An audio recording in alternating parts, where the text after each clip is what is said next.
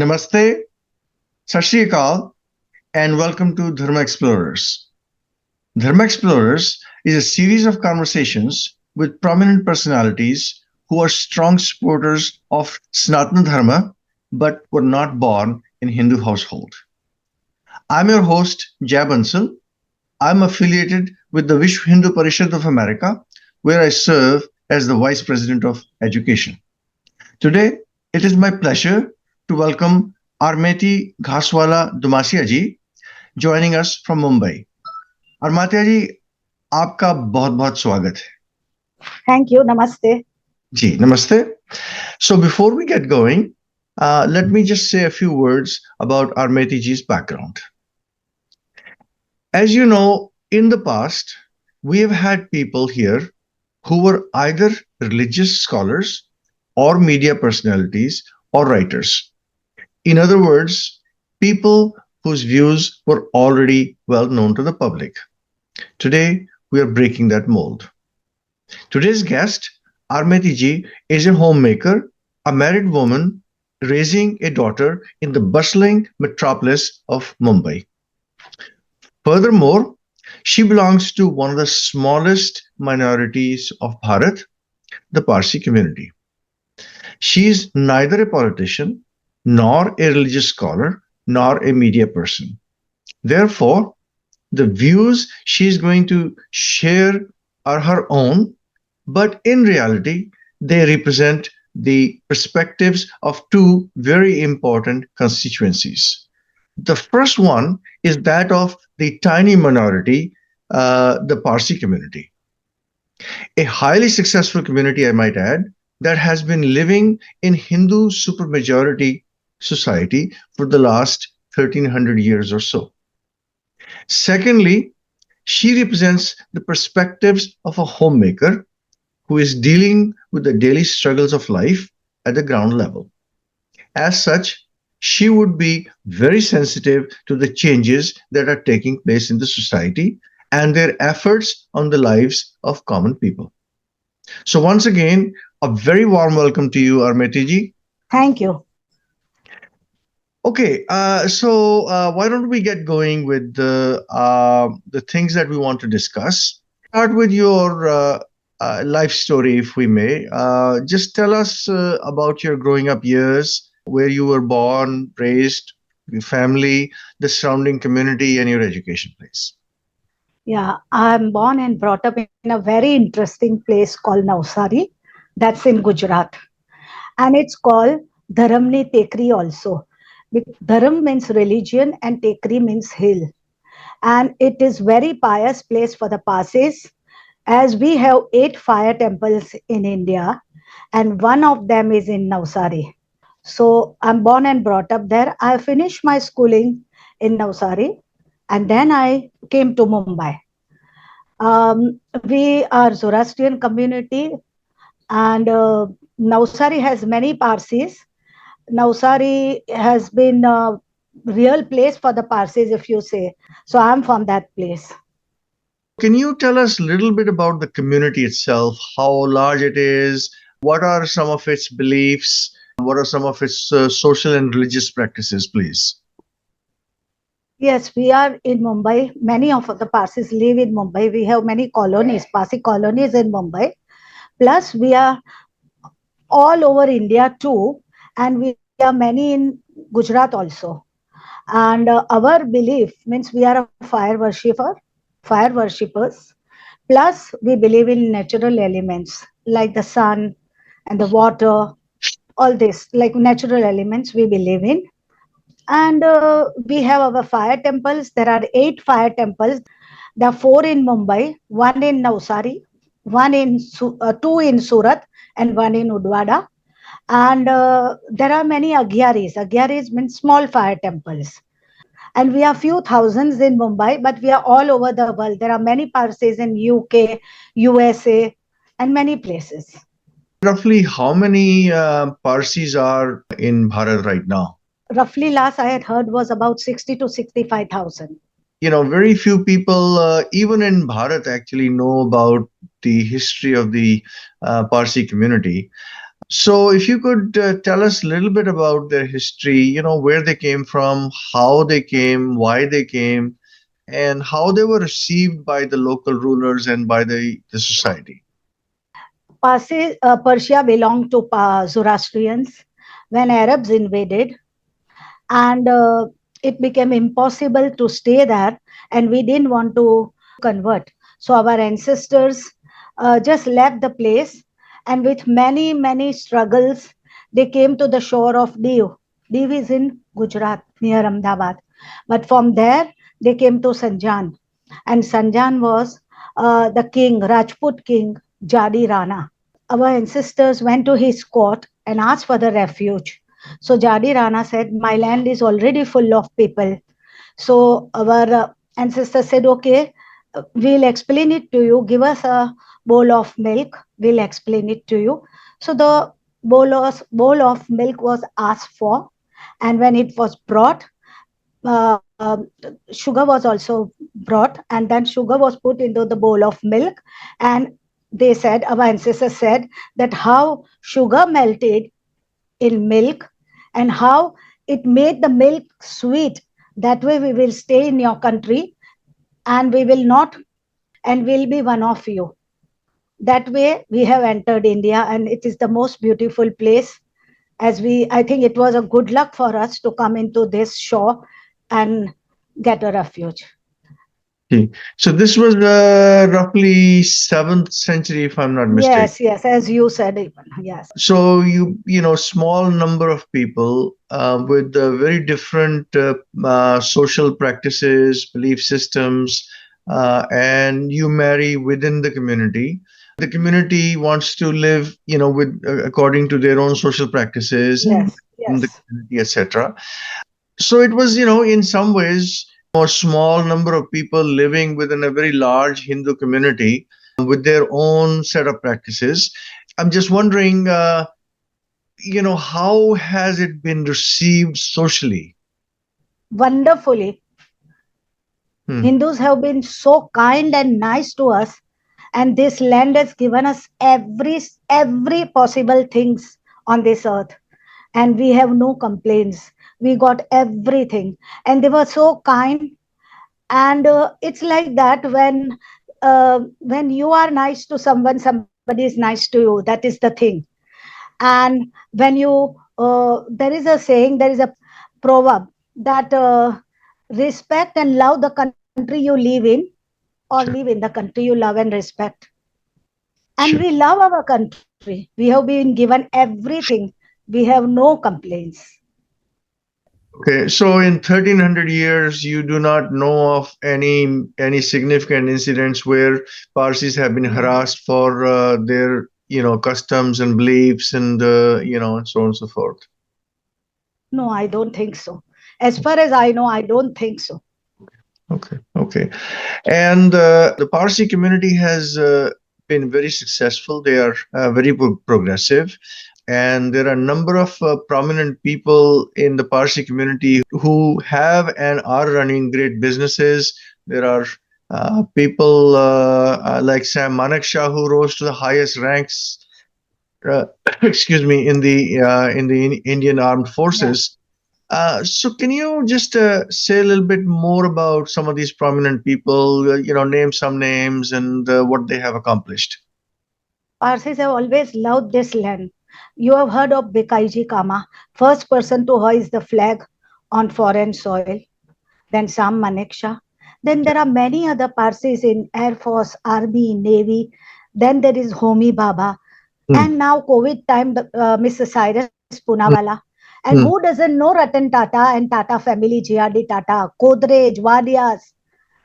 The list is endless. Though we are very small, we have this Humata, Hukhata, Huvarashta. Good Hmm. thoughts, good words, and good deeds. So we have given as much as we can to this land, as this land has also given us so much.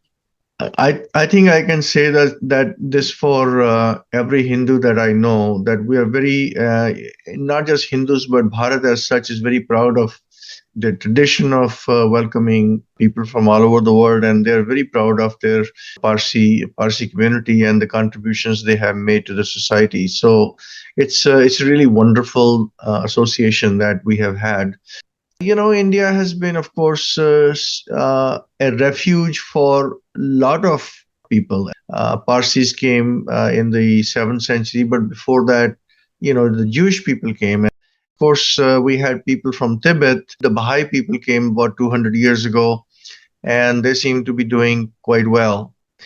And so this is a long held tradition in Bharat to give sanctuary to people who are oppressed and uprooted from their motherland. Then we have two other communities that came to Bharat, and that is the Muslim community and the Christian community. Even though their numbers are increasing every day, they continue to claim that they are being persecuted in Bharat. Why do you think that is the case? Here's your community, very small. There are other communities that are, done well, thriving. And then these are two communities that basically keep complaining all the time. They're persecuted. Why they feel so differently from the other minorities in Bharat? Sir, India has given refuge to many, many communities. Like Chinese also. There are many Chinese. Yes. There are many people. And till today, I'll tell you, I have never felt any fear in this country. Never. And I cannot say on behalf of those people whom you mentioned, but I feel that till today we haven't felt anything like that. India is a democracy, the first largest democracy in the world, and I proudly say that I live in a free country, and I'm very like free to say what I want. When people complain about this, about that, there are people who write anything on Facebook, Twitter, X means X, and uh, Instagram, any medias they write. They give their opinions. They speak against our big personalities also, and then they say that they are scared of everything. I don't know. I feel, if you ask me, no, India is a free country, and we are not suppressed or anything like that. No, not at all. Yeah. We are very happy. Yeah, so there is something special going on with those two communities. They probably want to control the rest of the society, and when they don't get that domination, they feel they are being oppressed. That's very unfortunate, but I guess that's the reality in the world that we live in today. One of the narratives, Armaity ji, that's going around in the media, not just in Bharat but also in the West, and that is that democracy is being slowly crushed in Bharat. Now, you just said, you live in a free society, in a democratic society, but that is what is being projected in the media, that democracy is being crushed in Bharat, and that the country is moving slowly towards a Hindu Rashtra. Now, Okay. do you believe that Bharat is moving towards a Hindu Rashtra? If it is moving towards a Hindu Rashtra, what's wrong? There are Islamic countries, there are Christian countries, there are Buddhist countries, there is Jews countries. So why not Hindu country? Why not? Why are anyone objecting to it? And when you live with a minority, be with them, be nice to them, or whatever. If you are going to go against everyone, then you are going to get it back. That's the thing. The other day, one journalist who constantly write bad about the government and the country and all that, and his colleagues. So I asked him one question. The way you have written here on Facebook, on X, on everywhere, if it was a dictatorship, would you be able to write all this thing what you have written, or would you be able to speak? And if you dare to speak in a dictatorship, do you know what would happen to you? And he had no answer. Everybody speaks whatever they want to speak, everybody writes whatever they want to write, but they just keep complaining. People are writing for big people also whatever they want, and then they say, नहीं मुझे डर लगता है. So better think and then talk. That is what my narrative is. So Yeah. India is a great country, and it's a hospitable country. It's a wonderful country. It's a democracy, full democracy. But sir, there are some people like that. You have to ignore them. Sometimes when those people who are getting something don't get, then they say, मुझे डर लगता है.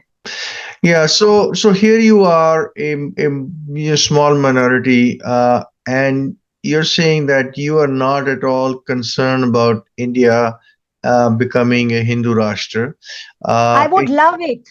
I mean, your point is well taken. There are so many Christian countries, there's so many Islamic countries, a Buddhist country, and there's even a Jewish country, for goodness sake. If Hindus were ever uprooted, where would they go? So having a Hindu Rashtra, cannot be end of the world. And as long as the minorities, their rights are protected and they feel safe in the society. You can take Um, our example that Haji, when we were uprooted, by the grace of God, we came to this most hospitable, lovely country and got the shelter. So you can take our example that how we were uprooted. At least we could find a nice place to settle down. And plus, we have certain rules which, in such a small community, then also when we write outside our fire temple, only Parsis are allowed. And they've respected that for years and years. Mrs. Smriti Irani ji was ji, adopted the village Udwada, which is our most pious place, and she is married to a Parsi, but yes. she stands outside and pray. What more example can I give you? Mr. Modi ji, our great prime minister, had come and he waited outside, he prayed outside and he went. So, what more examples can we give? Truly thankful to this pious and lovely country. So you are a homemaker, you see the daily struggles of life, but you're also seeing changes in the society. What do you think of the direction that the country is going, in the last 10 years or so? There are a lot of changes that are taking place slowly but surely. If you could speak from the perspective of, let's say, economy, from the perspective of how Bharat is viewed in the world today, and also social awakening, etc., can you just say, how you feel about all these changes that are taking place in Bharat? Sir, the whole world knows now that India is the fastest growing economy and is the fastest growing nation. We are going to go ahead and ahead in the next 5 years. Let me tell you, now all road leads to India. That will be the title because India has become that great. And we have really grown economically, financially, or whatever you say it. So we are very, very happy with it. And Sabka Saath, Sabka Vikas is also happened, and it is just wonderful. And Modi ji has done so much that one whole page is also not enough to write how many things he has done for India. And everyone knows. Gee. But there are also changes taking place in the society. The Hindu community, which is still roughly 80% of the society, they are becoming aware of the fact that their civilizational values and narratives have been suppressed for a long time. So they're expressing the pride in their culture and civilization. Does that bother you? Does that threaten you at all? On the contrary, I'm happy. It's high time. It's high time. It's their right. It's the country. It's their soil. And they have to do it. Why not? People look at the Ram Mandir. Most recent event is Ram Mandir, and of course there are struggles going on for other religious places like the Kashi and Vishwanath and Mathura, etc. So people get particularly in the West, the press is of course very corrosive about the resurgence of Hindu ideas and Hindu civilization. So they of course always write negative, and I'm glad to hear that minority communities like yourself feel actually good about the changes that are taking place in the Indian, in our society in India. We are Yeah. extremely happy that Ram Mandir was built, and in many other mandirs. It's written in our destiny. Yeah. Nobody can stop it. Let See. people write what they want. Let them write negative. But if India is going to go ahead as a nation, it's going to go ahead. It's our time now. Well, thank you so much for being here, spending the last half an hour or so with us, and expressing your views very openly and honestly. Before we close our session for the day, Armaity ji, is there any parting message you would like to give our viewers? I would like to say to all the viewers in the world that India is the biggest democracy in the world. We are absolutely free. There is no fear. Nothing is crushed, and we are extremely happy. So please don't worry about us. We are very happy. Thank you. Thank you so much, Armaity, for your time, and namaste. All the best to you.